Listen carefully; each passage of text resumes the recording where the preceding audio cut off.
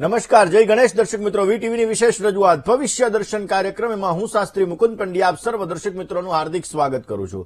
દર્શક મિત્રો, ખાસ કરીને પિતૃપક્ષનો પ્રારંભ થઈ ગયો છે. પિતૃઓની અનન્ય કૃપા પ્રાપ્ત કરવા માટેનો આ સુંદર અવસર છે. એવું કહેવાય કે પિતૃ પ્રસાદાચ ધન કનક સમૃદ્ધિ રસ્તુ.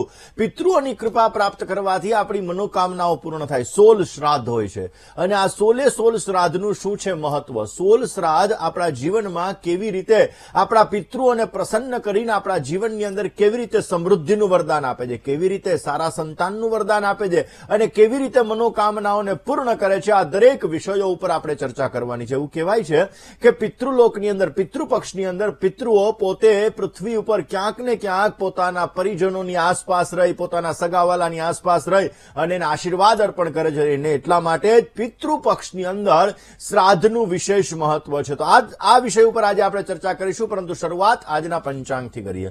દર્શક મિત્રો, આજના પંચાંગની જો વાત કરવામાં આવે તો આજે તારીખ 18/9/2024 અને બુધવારનો આજે દિવસ બની રહ્યો છે. ભાદ્રપદ માસ શુક્લ પક્ષની પૂર્ણિમાની તિથિ સવારે 8:03 સુધી રહેશે અને ત્યારબાદ પ્રતિપદા એટલે કે એકમની તિથિનો પ્રારંભ થશે. પૂર્વા ભાદ્રપદ નામનું આજે નક્ષત્ર રહેશે જે સવારે 10:59 સુધી રહેશે. ત્યારબાદ ઉત્તરા ભાદ્રપદ નામના નક્ષત્રનો પ્રારંભ થશે. આજના દિવસની અંદર ગંડ નામનો યોગ રહેશે. બાલવ નામનું આજે કરણ રહેશે અને 12 રાશિઓનું ભવિષ્ય કથન જેના આધાર ઉપર કહેવામાં આવશે એવું ચંદ્રમાનું ભ્રમણ આજના દિવસની અંદર, ખાસ કરીને આ ચંદ્રમાનું ભ્રમણ મીન રાશિની અંદર રહેશે. એટલે આજે જે કોઈ પણ બાળકોનો જન્મ થશે તેમની રાશિ મીન રહેશે, જેના અક્ષર દ, ચ, ઝ અને થ રહેશે. તો આજે જન્મનાર બાળકોનું ભવિષ્ય સુંદર, સુખમય, આનંદમય, હર્ષમય રહે તેવી શુભકામના સાથે જય ગણેશ. દર્શક મિત્રો, વાત આપણે આજે કરી રહ્યા છીએ પિતૃપક્ષની, કારણ કે પિતૃઓની કૃપા પ્રાપ્ત કરીને આપણે આપણી મનોકામનાઓને પૂર્ણ કરી શકતા હોય છે. એવું કહેવાય છે કે પિતૃ પ્રસાદાચ ધન કનક સમૃદ્ધિ રસ્તુ. પિતૃઓની કૃપાથી આપણી દરેક મનોકામનાઓ પૂર્ણ થાય છે અને આપણને સુંદર મજાનો લાભ મળી શકે છે. એવું કહેવાય કે હિન્દુ ધર્મની અંદર પિતૃપક્ષ એટલે કે શ્રાદ્ધ પક્ષ એનું વિશેષ પ્રકારનું મહત્વ બતાવવામાં આવેલું છે. 16 દિવસનું આ શ્રાદ્ધ, જેમાં પૂર્ણિમાથી લઈ અને અમાવસ્યા સુધીના અલગ અલગ શ્રાદ્ધ હોય છે. હવે દર્શક મિત્રો, ગઈકાલે પૂર્ણિમાની તિથિ હતી, જે પૂર્ણિમાની તિથિ આજે સવારે 8:59 સુધી, 8:15 સુધી છે. તો સ્વાભાવિક રીતે આજે પ્રતિપદા એટલે કે એકમના શ્રાદ્ધનો આજે પ્રારંભ થયો છે અને આ પિતૃપક્ષ દરમિયાન શ્રાદ્ધની અંદર તર્પણ કરવાનું હોય, પિંડદાન કરવાનું હોય, આવી અનેક પ્રકારની માન્યતાઓ છે. એવું કહેવાય છે કે આ દેવ, ઋષિ, મનુષ્ય અને પિતૃ તર્પણ કરવાથી આપણી મનોકામનાઓ પૂર્ણ થાય છે. શ્રાદ્ધ પક્ષની અંદર ખાસ કરીને પૂર્ણિમાથી લઈ અને અમાવસ્યાની તિથિ સુધી એટલે કે 16 શ્રાદ્ધ એનું વિશેષ પ્રકારનું મહત્વ શાસ્ત્રની અંદર બતાવવામાં આવેલું છે. અને આ પિતૃપક્ષ 17/9/2024 એટલે કે ગઈકાલથી પૂર્ણિમાના શ્રાદ્ધથી પ્રારંભ થયો અને ખાસ કરીને આ જે પિતૃપક્ષ છે 16 દિવસ સુધી રહેવાનો છે. આ પિતૃપક્ષની અંદર દરેક વ્યક્તિ પોતાના મનની મનોકામનાઓ પૂર્ણ કરી પોતાના પિતૃઓને પ્રસન્ન કરી શકે છે. જે 2 ઓક્ટોબર એટલે કે 2/10/2024 સુધી આ પિતૃપક્ષ રહેશે અને એની અંદર તમે કરેલા શ્રાદ્ધ દ્વારા તમારા પિતૃઓને તમે પ્રસન્ન કરી શકો છો. એવું કહેવાય છે કે પિતૃઓની કૃપા પ્રાપ્ત કરવાથી આપણી દરેક મનોકામનાઓ પૂર્ણ થાય છે, આપણા કાર્યો સિદ્ધ થાય છે અને અવશ્ય એના દ્વારા આપણા જીવનની અંદર ઉત્તમ પ્રકારનો લાભ મેળવી શકાય છે. દર્શક મિત્રો, પૂર્ણિમાની તિથિનું જે શ્રાદ્ધ હોય છે એ શ્રાદ્ધ ભાદ્રપદ માસના શુક્લ પક્ષની પૂર્ણિમા તિથિનું શ્રાદ્ધ, જેને આપણા જીવનની અંદર મનોકામનાઓને પૂર્ણ કરનારું હોય છે અને આ શ્રાદ્ધ કરવાથી આપણી દરેક પ્રકારની મનોકામનાઓ પૂર્ણ થાય છે. અને આજે એટલે કે આજે પ્રતિપદાનું શ્રાદ્ધ એટલે કે એકમનું આજે શ્રાદ્ધ છે. એવું કહેવાય કે એકમનું શ્રાદ્ધ કરવાથી જે લોકોનું મૃત્યુ એકમના દિવસે થયું હોય એ લોકોનું એકમનું શ્રાદ્ધ કરવામાં આવે છે અને આ પ્રતિપદાનું શ્રાદ્ધ કરવાથી મામા પક્ષ કે એની અંદર કોઈ પણ વ્યક્તિ શ્રાદ્ધ કરવા વાળું ન હોય તો આ પ્રતિપદાના દિવસે જો શ્રાદ્ધ કરવામાં આવે તો અવશ્ય તમને સારો લાભ મળી શકે છે, મામા પક્ષના આશીર્વાદ પ્રાપ્ત થઈ શકે છે અને ખાસ કરીને એના દ્વારા જો તમે શ્રાદ્ધ કરો, તમારા મામા પક્ષની અંદર કોઈ વ્યક્તિ શ્રાદ્ધ કરવા વાળું નથી અથવા તમને એની તિથિ યાદ નથી અને જો આજના દિવસે શ્રાદ્ધ કરવામાં આવે તો પ્રતિપદાનું શ્રાદ્ધ એ સવિશેષ માત્રામાં લાભ આપે છે. એવું કહેવાય કે પિતૃઓની કૃપા દરેક વ્યક્તિના જીવનની અંદર મનોકામનાઓને પૂર્ણ કરે છે. દર્શક મિત્રો, દ્વિતીયા એટલે કે બીજનું જે શ્રાદ્ધ હોય છે, આ બીજનું શ્રાદ્ધ હંમેશાને માટે જેનું બીજનું મૃત્યુ થયું હોય એ દિવસે બીજનું શ્રાદ્ધ કરાય. પિતૃઓની કૃપા પ્રાપ્ત કરવા માટે બીજનું શ્રાદ્ધ, ત્રીજનું શ્રાદ્ધ, આ બધા શ્રાદ્ધો ઉત્તમ પ્રકારના માનવામાં આવે છે. દર્શક મિત્રો, પાંચમનું જે શ્રાદ્ધ હોય, જે લોકોના લગ્ન નથી થયા આવા લોકો માટે 5મી તિથિનું શ્રાદ્ધ કરવામાં આવે છે. એટલે કે જે લોકોના લગ્ન નથી થયા અને એનું મૃત્યુ છે તો 5મી તિથિનું શ્રાદ્ધ કરવાથી વિશેષ માત્રામાં લાભ મળી શકે. આમ તો શ્રાદ્ધની અંદર ખાસ કરીને ગાયને ભોજન કરાવવું, ત્યારબાદ અલગ અલગ એટલે કે 4 પ્રકારની વસ્તુઓ તમારે અલગ અલગ કાઢવી જોઈએ. ભોજનનો જે પ્રસાદ છે, ભોજન છે, એ તમારે બ્રાહ્મણોને ભોજન કરાવવું જોઈએ, ગાયને ભોજન કરાવવું જોઈએ, શ્વાનને ભોજન કરાવવું જોઈએ, કાગને ભોજન કરાવવું જોઈએ.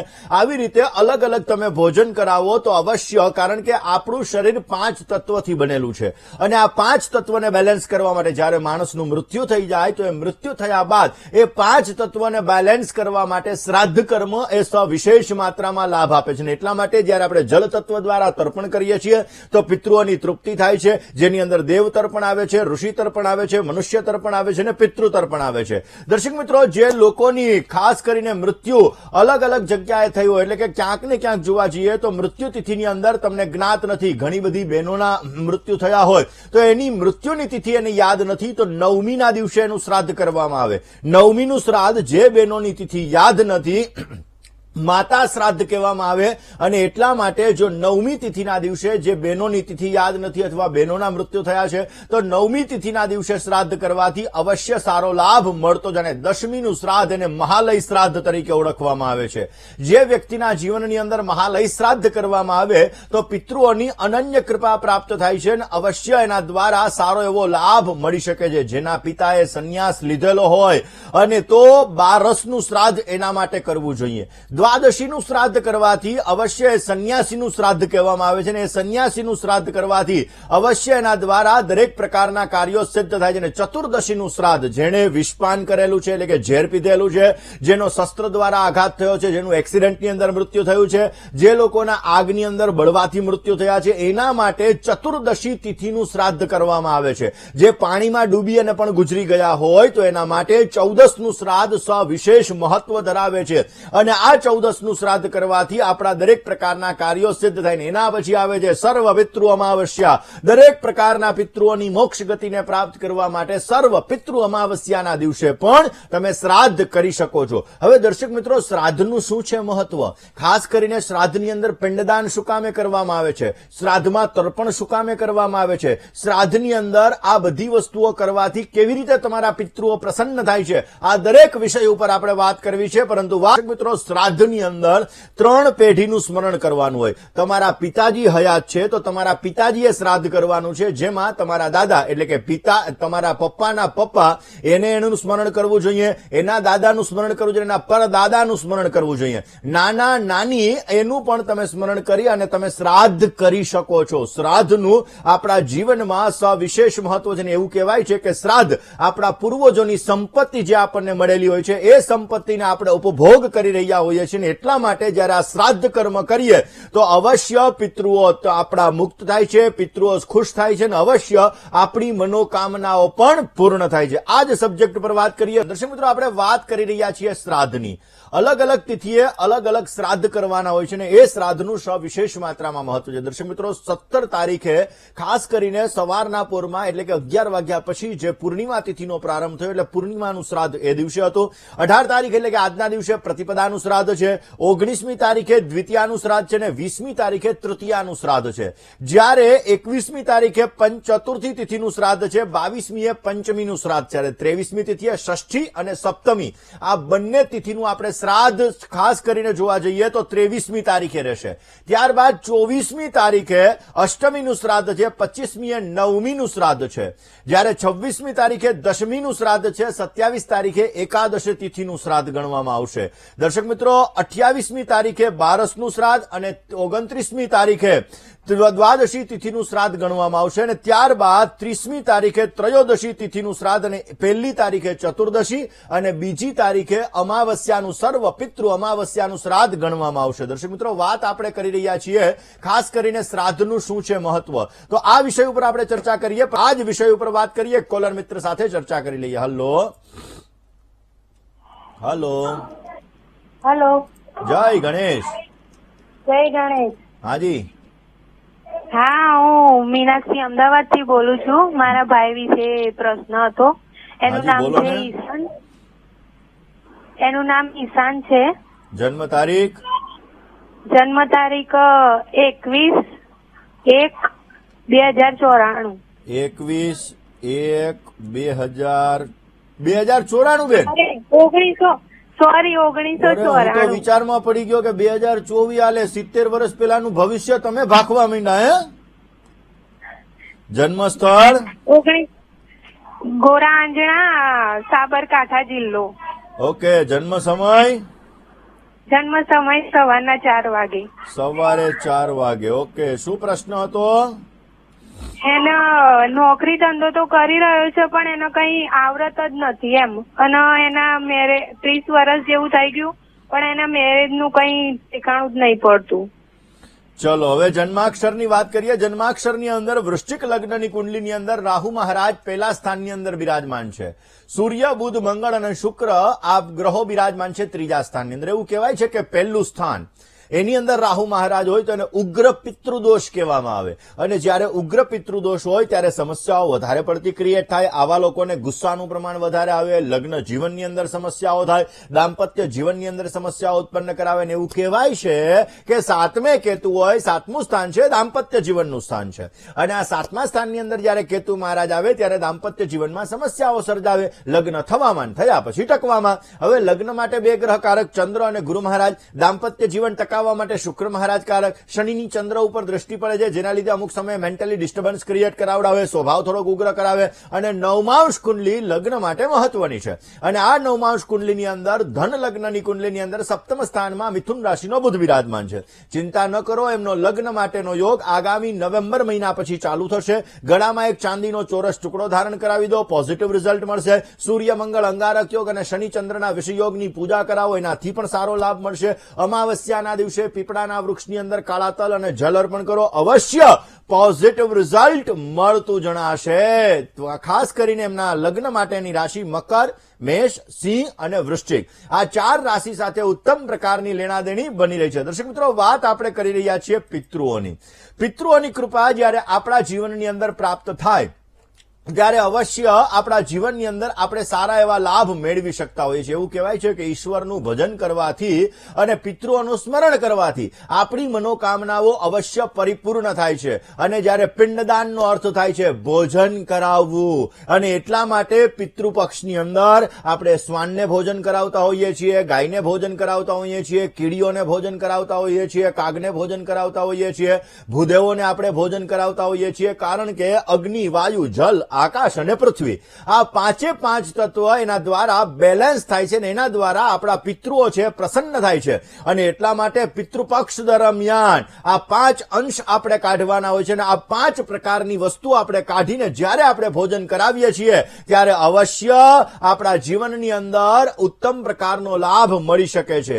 મહાલયા શ્રાદ્ધ કરતા હોઈએ ત્યારે પણ પિંડદાન કરતા હોઈએ છીએ, અને આ પિંડદાન કરવાથી આપણા પિતૃઓ પ્રસન્ન થાય છે. આપણા પિતૃઓની ખાસ કરીને આપણા પિતૃઓ આપણા ઉપર દરેક પ્રકારના આશીર્વાદ અર્પણ કરે છે, અને એના દ્વારા આપણા મનની ઈચ્છાઓ પરિપૂર્ણ થાય છે. કારણ કે જ્યારે પિતૃઓની કૃપા પ્રાપ્ત થાય ત્યારે ધનનું વરદાન મળે છે. નહીતર પૈસા કમાય, કઈ જગ્યાએ જાય ખબર ન પડે. આપણા જીવનની અંદર સારા સંતાનનું વરદાન મળે છે. સંતાનની પ્રાપ્તિ પણ પિતૃઓની અનન્ય કૃપાથી આપણને પ્રાપ્ત થાય છે. એ સંતાનનું સુખ, એ સંતાન આપણને સારી રીતે સાચવે. નથી કહેતા વિદ્યા વિનયેન શોભતે, જીવનની અંદર વિનય, વિવેક, આ બધી વસ્તુઓ પિતૃઓની કૃપા હોય તો આપણા સંસ્કાર, આપણા પુત્રના સંસ્કારોમાં આપણી પુત્રીના જે સંસ્કારો છે સારા થાય, અને એના દ્વારા આપણા કાર્યો સિદ્ધ થઈ શકે. માટે હંમેશા પિતૃઓનું સ્મરણ અવશ્ય કરવું જોઈએ. આ શ્રાદ્ધ પક્ષ એવો પક્ષ છે કે એની અંદર પિતૃઓની અનન્ય કૃપા આપણે પ્રાપ્ત કરી શકીએ છીએ. નાના નાના ઉપાયો વિશે પણ આપણે ચર્ચા કરીએ, પરંતુ એ પહેલા વાત કરી લઈએ કોલર મિત્ર સાથે. હલો હલો હેલો, જય ગણેશ. જય ગણેશ. હાજી. હા, મારી જન્મ તારીખ છે 31/5/1987. 31/5/1987. સમય? સમય રાત્રે 2:30 વાગે. રાત્રે 2:30, એટલે 30 ની રાત અને 31 ની સવાર ને બેન? 30 ની રાત ને 31 ની સવાર. Very good. જન્મનું સ્થળ?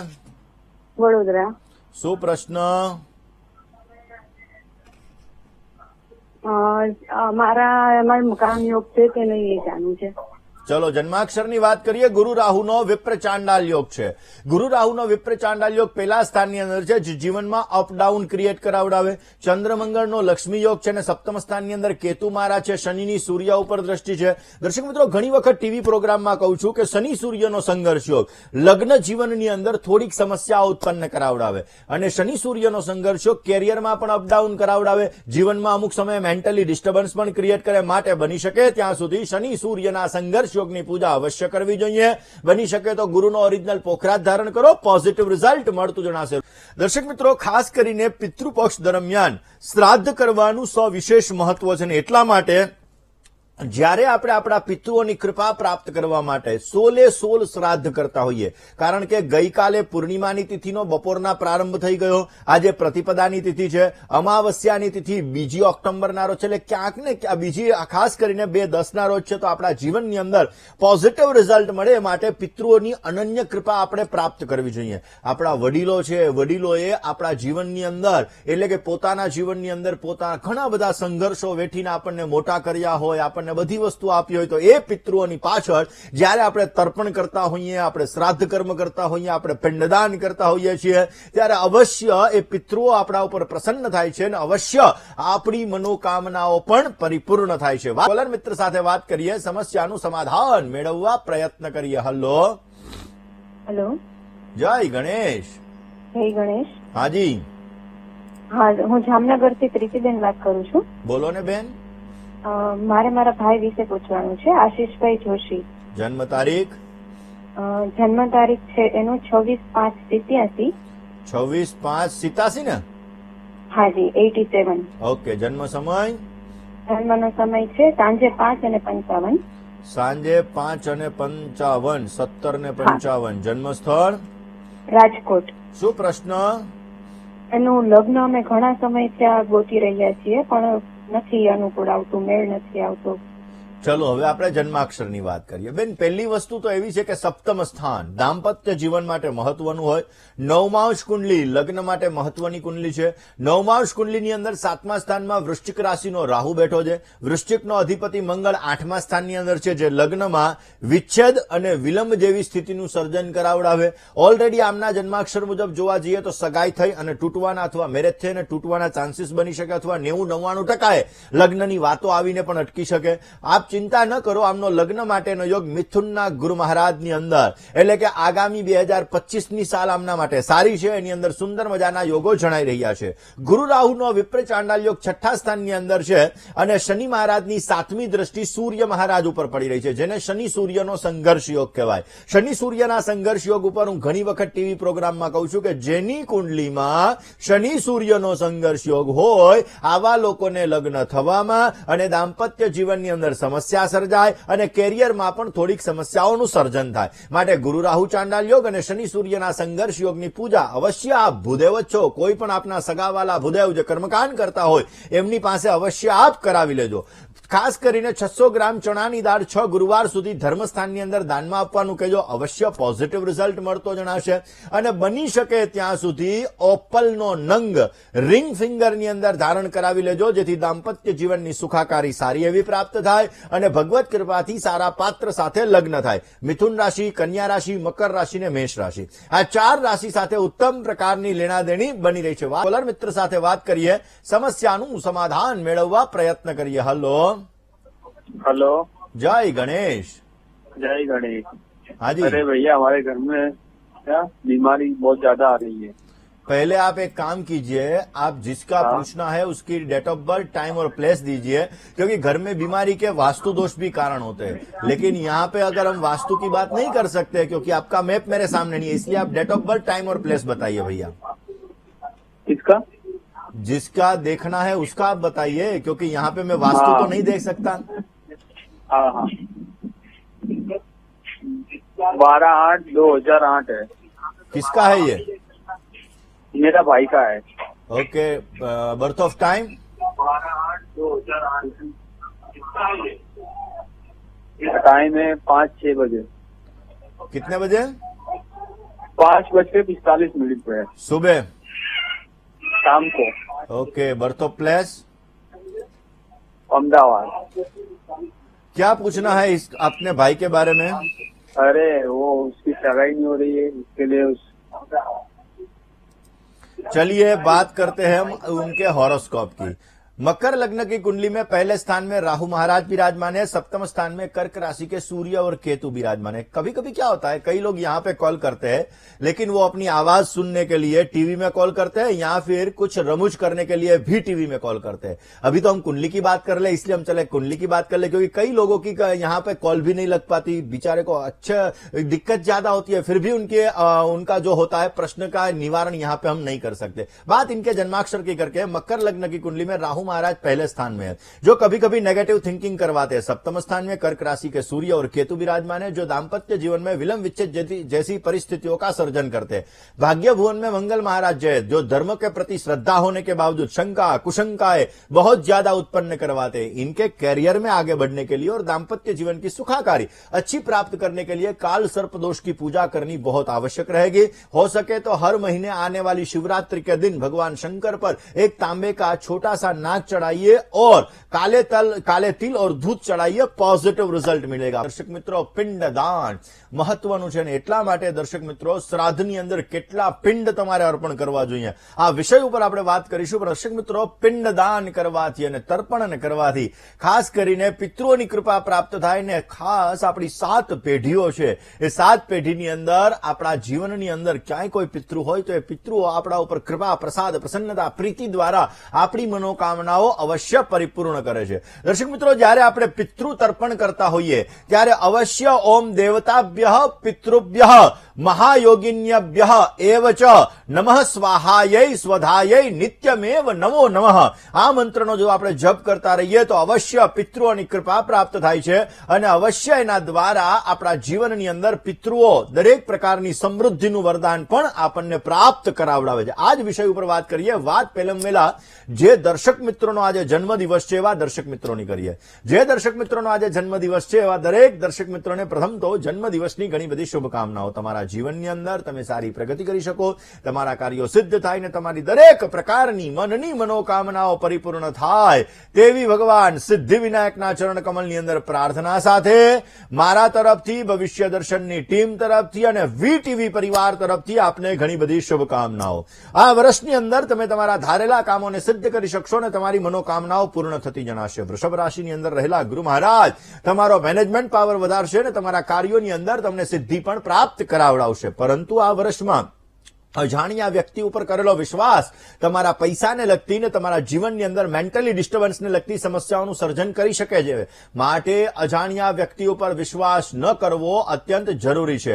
ખાસ કરીને જોવા જઈએ તો આ વર્ષની અંદર બની શકે ત્યાં સુધી તમારે ભગવાન વિષ્ણુના મંત્રનો જપ નિત્યને માટે કરવો જોઈએ। વિષ્ણુ ભગવાનના મંત્રનો જપ કરવાથી અવશ્ય તમારા કાર્યો સિદ્ધ થશે ને તમારી મનોકામનાઓ પૂર્ણ થતી જણાય। વાત કરીએ જેની લગ્નની તારીખ છે એવા દર્શક મિત્રોની।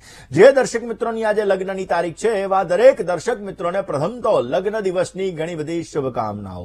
તમારું દાંપત્ય જીવન મંગલમય રહે, તમારું દાંપત્ય જીવન આનંદમય રહે ને તમારું દાંપત્ય જીવન હર્ષમય રહે તેવી ભગવાનના ચરણોની અંદર પ્રાર્થના। લક્ષ્મી નારાયણ ભગવાનની નિત્યને માટે પૂજા કરજો, લક્ષ્મી નારાયણ ભગવાનની નિત્યને માટે સેવા કરજો, અવશ્ય તમને પોઝિટિવ રિઝલ્ટ મળશે ને તમારા કાર્યો સિદ્ધ થતા જણાય। દર્શક મિત્રો, પૂર્ણિમાની તિથિનું વ્રત ગઈકાલે હતું, આજના દિવસની અંદર પ્રતિપદાનું શ્રાદ્ધ છે અને પિતૃઓની કૃપા પ્રાપ્ત કરવા માટે શ્રાદ્ધનું સવિશેષ માત્રામાં મહત્વ છે, જેની અંદર આપણે તર્પણ કરવાનું હોય છે, જેની અંદર આપણે પિંડદાન કરવાનું હોય છે, ગરીબ વ્યક્તિને ભોજન કરાવવાનું હોય છે। અલગ અલગ પ્રકારના 5 પ્રકારના વ્યક્તિઓને આપણે જ્યારે ભોજન કરાવીએ છીએ ત્યારે અવશ્ય પિતૃઓની અનન્ય કૃપા આપણને પ્રાપ્ત થાય છે। આ જ વિષય ઉપર વાત કરીએ। પહેલા એક કોલર મિત્ર સાથે આપણે ચર્ચા કરી લઈએ। હેલો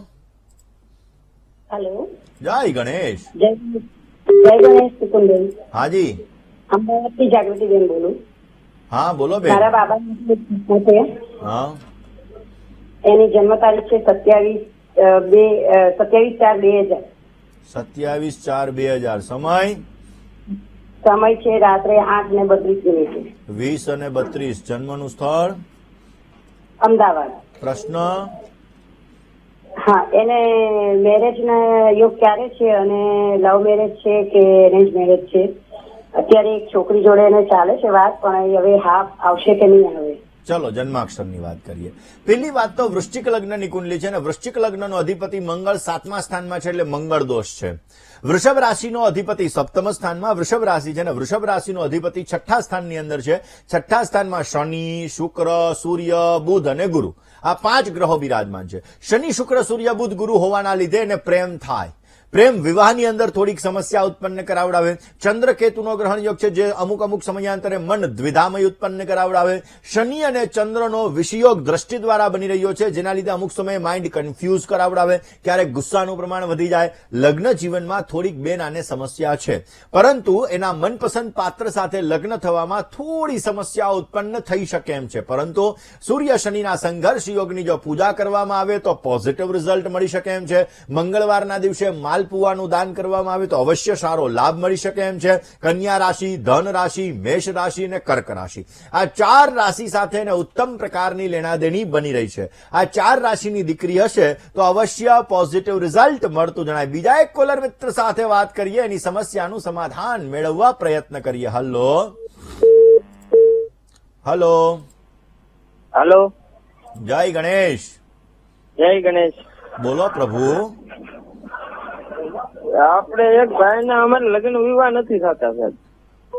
તમારા એક ભાઈના લગ્ન વિવાહ નથી થતા, તો એ ભાઈનું નામ બોલી જાઓ. કલ્પેશ. જન્મ તારીખ? તારીખ 10/3/2001. જન્મનો સમય? સવારે 9 વાગે.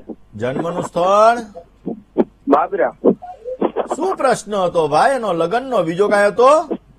બીજો કઈ નથી સર. અરે વાહ વાહ, કાંઈ વાંધો નહીં. હાલો જન્માક્ષરની વાત કરી લે. મેષ લગ્નની કુંડલીની અંદર 8મ સ્થાનમાં મંગળ મહારાજ છે. મંગળ દોષ હોય ને એટલે થોડોક લગ્નમાં ચોઇસ પ્રોબ્લેમ કરાવડાવે. ઓલરેડી સપ્તમાધિપતિ શુક્ર 12મા સ્થાનના ઉચ્ચનો જે ચિંતા ન કરો, લગ્ન થવાના યોગ છે. હવે આમના લગ્ન મુજબ જોવા જઈએ તો મિથુન, કન્યા, મકર અને મેષ 4 રાશિ આરે સારી લેનાદેણી બની રહી છે.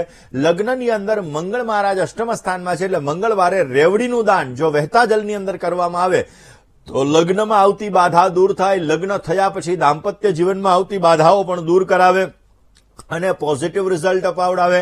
આમના જન્માક્ષર મુજબ દ્રષ્ટિ દ્વારા શનિ સૂર્યનો સંઘર્ષ યોગ છે, એટલે શનિ સૂર્યના સંઘર્ષ યોગની પૂજા પણ બની શકે તો કોઈ પણ ભૂદેવ પાસે અવશ્ય કરાવજો, જેથી પોઝિટિવ રિઝલ્ટ મળે. રોજ સવારના પરમાં સૂર્યનારાયણ ભગવાનને હળદરવાળું જલ ચડાવી હનુમાન ચાલીસાનો પાઠ કરવો, એનાથી પણ સારો લાભ મળે. ને 6ઠ્ઠે ચંદ્રમાં છે, કોઈ દવાખાનાની અંદર ગરીબ વ્યક્તિઓને પાણી પીવડાવવાની વ્યવસ્થા કરો તો અવશ્ય પોઝિટિવ લાભ મળતો જણાશે. દર્શક મિત્રો, વાત કરી લઈએ આજના શુભાંકની. આજના શુભાંકની વાત કરીએ તો 9 અંક આજે તમારા માટે લાભદાયી છે. આજે આછો લીલો કલર અને મોરપીચ કલર તમને સારી સફળતા આપી શકે એમ છે. આજે સવારે 10:27 થી 12:07 સુધીનો સમય તમારા માટે ઉત્તમ છે. અને રાહુકાલની વાત કરીએ તો 12:07 થી 1:48 સુધી રાહુકાલનો સમય છે. આ સમયમાં યાત્રા પ્રવાસ ન કરવા બહુ જ જરૂરી છે. આમ તો બુધવારે મુસાફરી વર્જ્ય હોય એટલે બુધવારે મુસાફરી તો ન કરાય, પણ જો જાવું જરૂરી હોય તો નૈઋત્ય દિશા અને ઈશાન ખૂણો એ અશુભ છે, માટે આ દિશામાં પ્રથમ પ્રયાણ ન કરવું જોઈએ. કર્ક રાશિવાળા જાતકોએ આજે વાણીમાં, વર્તનમાં સંયમ રાખવો બહુ જ જરૂરી છે. કોલર મિત્ર સાથે વાત કરીએ, સમસ્યાનું સમાધાન મેળવીએ. હલો, હા, જય ગણેશ. જય ગણેશ. બોલો પ્રભુ. હેલો હેલો સાહેબ, તમારા ટીવી નું વોલ્યુમ બહુ સુંદર છે, પણ ધીમું કરી નાખશો તો મજા આવશે. હેલો હેલો, મારી બેબી નિકિતા છે. અરે સાહેબ, પેલા ટીવી નું વોલ્યુમ ધીમું કરો. હા, ઓછો કર. હલો, હા, મારી બેબીનું નામ નિકિતા છે. જન્મ તારીખ? બોલ જંત્રાય બોલ. 10/8/2000. સમય? સમય 1:30 દિવસ બપોરે? બપોરે. હા. જન્મ સ્થળ? સાતરડા. શું પ્રશ્ન? પ્રશ્ન લગ્નનો પ્રશ્ન છે, સંબંધ કોઈ થતો નથી. ચલો જન્માક્ષરની વાત કરીએ. પેલા દર્શક મિત્રો આપને જણાવી દઈએ કે ખાસ કરીને જ્યારે પણ તમારો અહીંયા ફોન કોલ્સ લાગે, કારણ કે તમે લોકો ઉત્સુક હોય છો તમારી સમસ્યાના નિવારણ માટે, તમે ક્યાંક ને ક્યાંક ઘણી વખતથી ફોન કોલ્સ કરતા હો, ટ્રાય કરતા હો, ઘણા વર્ષોથી, ઘણા મહિનાઓથી તમે ટ્રાય કરતા હો, અને ભગવત કૃપાથી જ્યારે તમારો ફોન કોલ્સ લાગી જાય તો તમારા ટીવીનું વોલ્યુમ તમારે ધીમું કરી નાખવું જોઈએ. જન્મ તારીખ, જન્મ સમય અને જન્મ સ્થળ, આ વસ્તુઓ તમારી પાસે રાખવી રાખવી જોઈએ, જેથી બીજા કોલરનો પણ અમે વારો ઝડપથી લઈ શકીએ અને બીજા લોકોને પણ એની સમસ્યાનું સમાધાન મળે, બીજાને પણ આપણે ઉપયોગી થઈ શકીએ. વાત તમારી બેબીના જન્માક્ષરની કરીએ.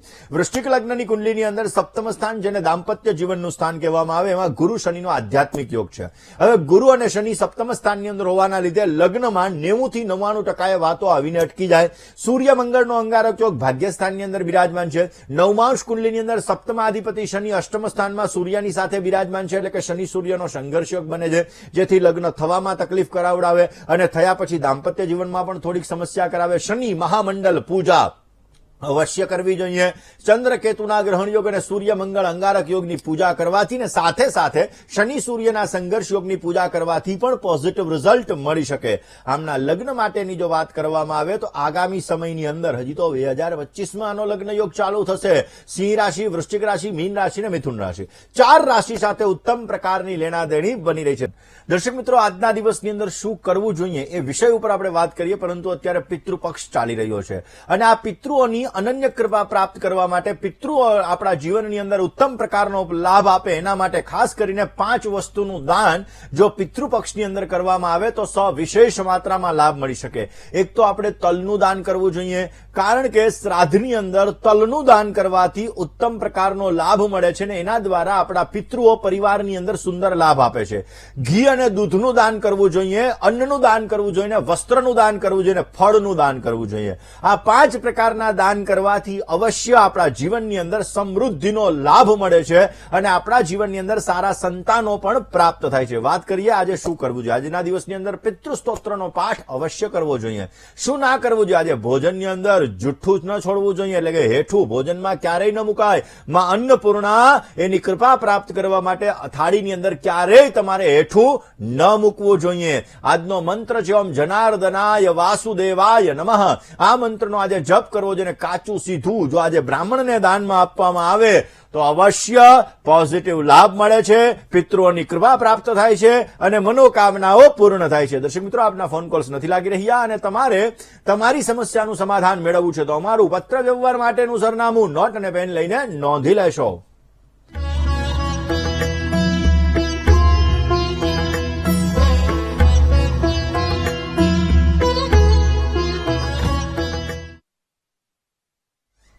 દર્શક મિત્રો, તમારે મને રૂબરૂ મળવું છે, તમારી જ્યોતિષ અને વાસ્તુને લગતી તમામ પ્રકારની સમસ્યાઓનું સમાધાન મેળવવું છે તો મારું અમદાવાદ ઓફિસનું સરનામું હમણાં ડિસ્પ્લે થશે. નોટ, પેન અને મોબાઈલનો કેમેરો ઓન કરીને આપ નોંધી લેશો. મને રૂબરૂ મળી શકો છો. જ્યોતિષ અને વાસ્તુને લગતી તમામ પ્રકારની સમસ્યાઓનું સમાધાન મેળવી શકો છો. એમાં મારા મોબાઈલ નંબર પણ હશે. અવશ્ય આપ મને રૂબરૂ મળી અને અપોઇન્ટમેન્ટ નોંધાવીને રૂબરૂ મળીને આપ આપની સમસ્યાનું સમાધાન મેળવી શકો છો. આજના દિવસમાં આટલું જ. આવતીકાલે નવા વિષય સાથે, નવા સબ્જેક્ટ સાથે ભવિષ્ય દર્શનની યાત્રા યથાવત રહેશે. ત્યાં સુધી મને એટલે કે મુકુંદ પંડ્યાને રજા આપશો. જય ગણેશ.